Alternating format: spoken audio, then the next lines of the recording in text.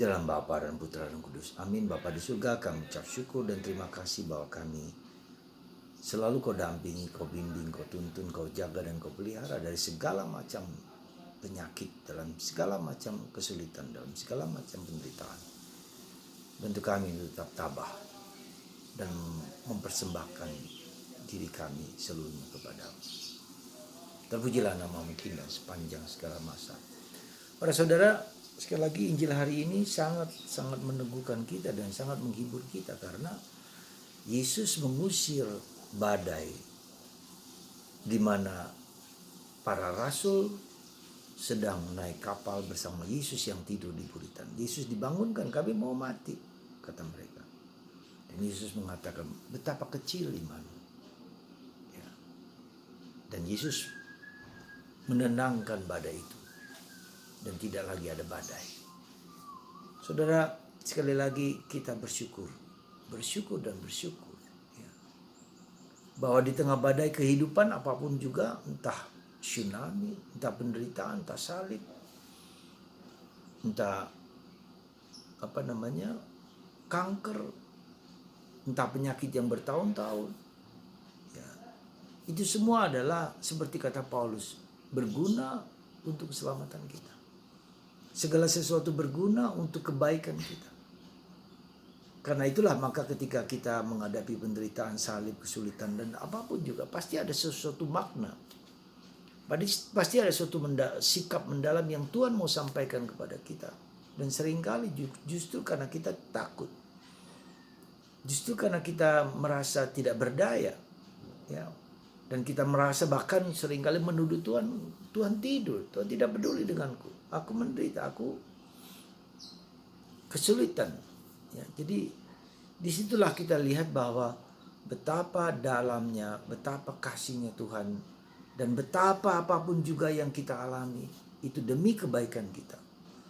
Maka sebelum kita mendapatkan makna dari penderitaan dan salib dan kesulitan kita itu berarti ada sesuatu yang belum kita tangkap, yang belum kita mengerti, yang belum kita sadari.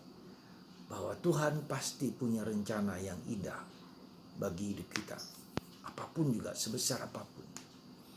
Maka ceklah diri kita sendiri. Sejauh mana saya merasa bahwa penderitaan, salib, dan kesulitan itu punya makna bagiku.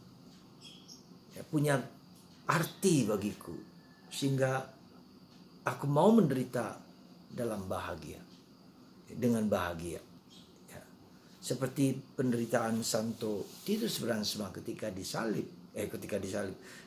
di Kamtanan Nasi. Ya, dia mengatakan, aku bahagia dalam derita. Dan penderitaan yang seperti ini tidak terjadi lagi karena Tuhan dirasakan sebagai yang paling dekat.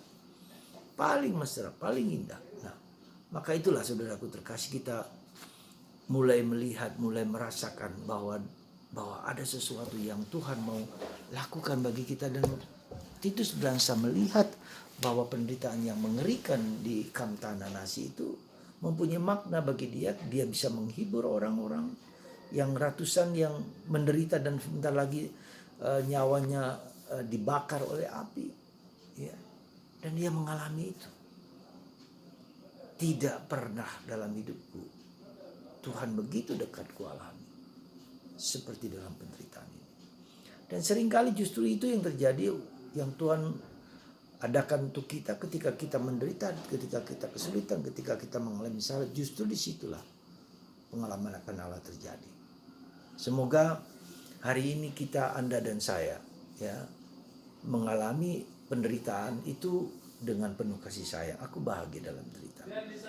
Tidak seperti dalam bacaan pertama ketika Tuhan mengingatkan orang Sodom dan Gomora untuk bertobat, tetapi mereka tidak bertobat. Akhirnya badai belerang api menghancurkan desa itu dan menyelamatkan saudara Abraham, Lot.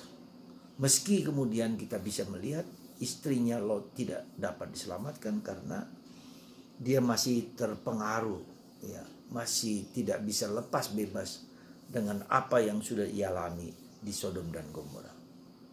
Dan kita tahu juga yang kedua bahwa Sodom dan Gomora adalah peringatan bagi kita bahwa gaya hidup kita harus sesuai dengan kehendak Tuhan. Bila tidak, kita sendiri yang menghukum diri kita karena perbuatan kita sendiri, bukan karena perbuatan Allah.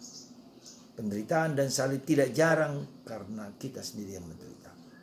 Semoga Tuhan memberkati kita semua dan mengajak kita untuk menjadi lebih baik dalam hidup kita dan sesuai hidup kita dengan hidup Tuhan dan kehendak-Nya.